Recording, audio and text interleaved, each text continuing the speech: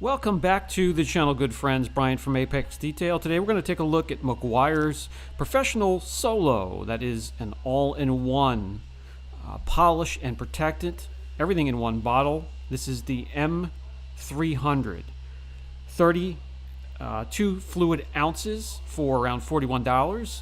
A lot of the polishes I've seen, just the correction fluids alone, can run $50 or more. So if this works half decent, that would be a good buy. SiO2 based protection within the formula, which is said to also be able to remove 3000 grit sand marks or finer, even when using a DA. It has the SMAT technology of abrasives, so it polishes, finishes without hazing, and it's said to be an easy wipe off, low dusting, long cycle time formula. We'll find out. Here we have a test panel, has plenty of scratches and sand marks, and we're going to add some as well. Since the formula does mention it can remove 3000 grit sand marks or finer, we're going to grab a sand disc and we'll do a little wet sanding on top of all the other defects and see which layers of imperfections this can remove. Is it going to be the topical 3000 grit layer of defect or imperfections or damage, or is it going to go deeper into some of the deeper scratches and more harsh sand marks on the panel? We're going to find out. Some more information on So1o. When it comes to cut between 1 and 10, this is going to be a 6. And they normally finish down rather well and do not leave behind a haze that you have to chase after. So a lot of the polishing and correction can be done in that one step. It is formulated for a foam polishing pad.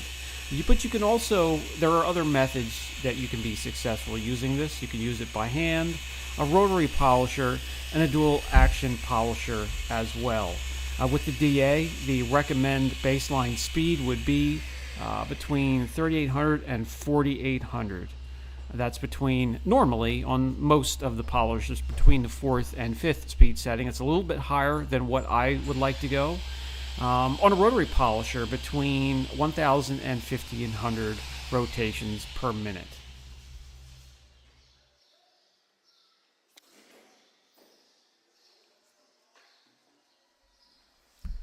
Okay, you can see the damage, you can see where it is. Let's mask off an area, shake up the formula, that rich formula, vigorously, and we're going to get to work. We're going to use this a little bit differently compared to your conventional correction fluid. Everything that has protection in it, I'm going to show you how I use it. The different pads you can team up with So1o, well, that's going to be microfiber foam, which they prefer, but for me, I prefer the 50-50 pad. So we're going to put that on the polisher, and we're going to do what's equal to 2 passes in this little test area, up and down, and then left to right. But there's going to be a little bit of a caveat here. We're going to stop halfway through and reload the pad, as you'll see, and I'll explain why. We'll dump a green shade of slimy blob on the glove here and spread it out. It is greasy. You cannot see the abrasives. So, I mean, just a quick look and a guess. It shouldn't dust. There should be a long working time, but it won't be overly aggressive either.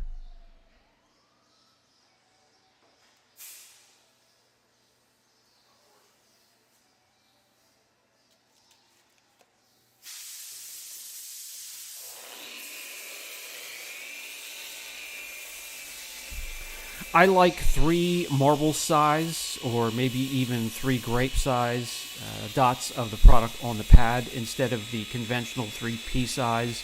Again, with the protection within the formula, you want to get as much of it on the panel as possible and not break it down or not overheat it. So let me explain here. The first pass is we're going from left to right. We're not going to use a ton of pressure, and I'm not going to spike the speed between the fourth and fifth speed setting as mentioned. I'm going to keep it between the third and fourth, keep it a little bit cooler. After the left and right motion, we're going to stop. We're not going to wipe it off. I'm going to add 3 more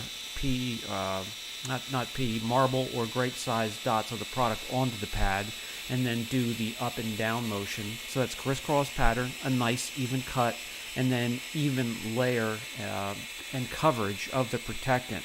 They do want you to wipe off the residue immediately. They don't want you to let it sit and dwell either.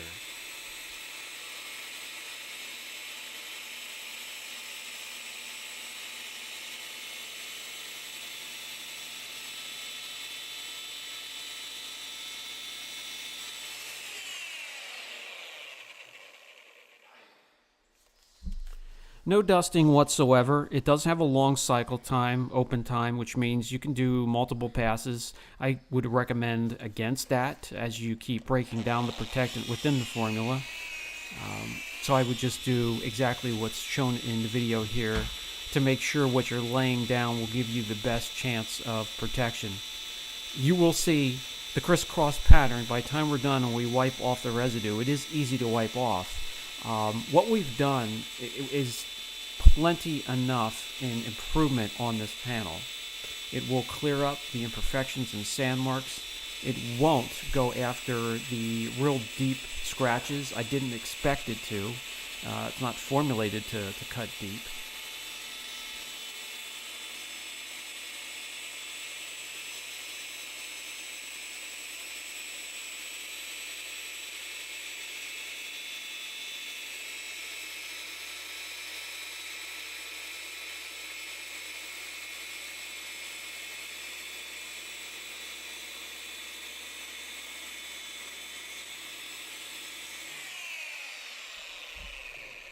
Immediate wipe off of the leftover residue, and that's right after you shut down the polisher, put it to the side. Wipe off is really easy. Obviously, you can already see by now, before I even remove the masking tape, the huge difference it has made. But I'll bring you in closer, give you different angles, and we'll move on from there.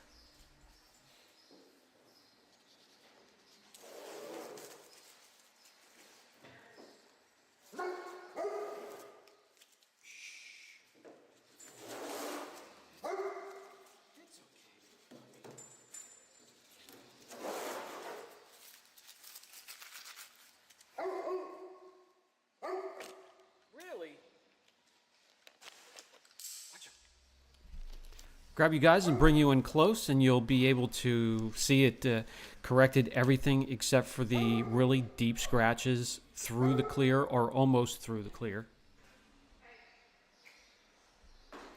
Filling capabilities? Well, I'm sure maybe a little. There's no way to find out. We can't use a panel prep. We laid down protection. We're going to be picking the protection back up with the panel prep, or at least diminishing it, so we will never know.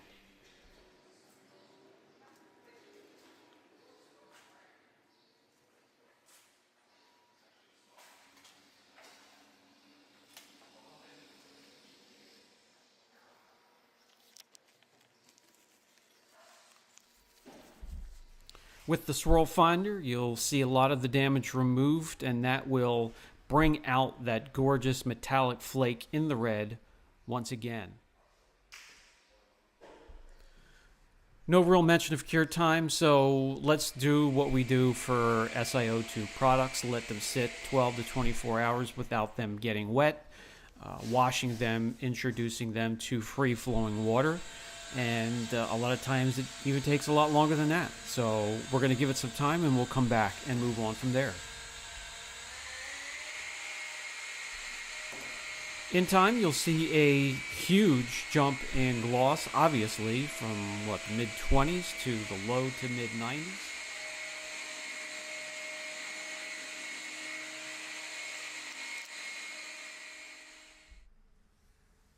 When it comes to how does it feel? Is it slick? Well, it feels, nice and clean and smooth like silk, but not slick or slippery, as you can see here from the block. The block outside the test area actually flew off quicker. Water properties, well, there is going to be some beading. Nothing really crazy, but enough to let you know where the product is protecting on this panel. If you want to boost your durability, your hydrophobic properties, your slickness, you're going to have to add something on top of it when it's cured and ready to be layered. Forced air from a shop blower or leaf blower will easily dry the area that this protects, so the water doesn't stick to it and the beads roll off quickly. Don't expect these protectants to last very long, and you're going to see here they break down quickly. They always have in the all-in-ones, and it is something to be improved. Now these would be great for one-steps or polish and seals, something for a quick package either for yourself or one of your customers. For the channel, I would go ahead and give it a 6.5 or a 7 out of 10. I don't use these often, but they do have their place. This has been Brian from Apex Detail. Catch you in the next video.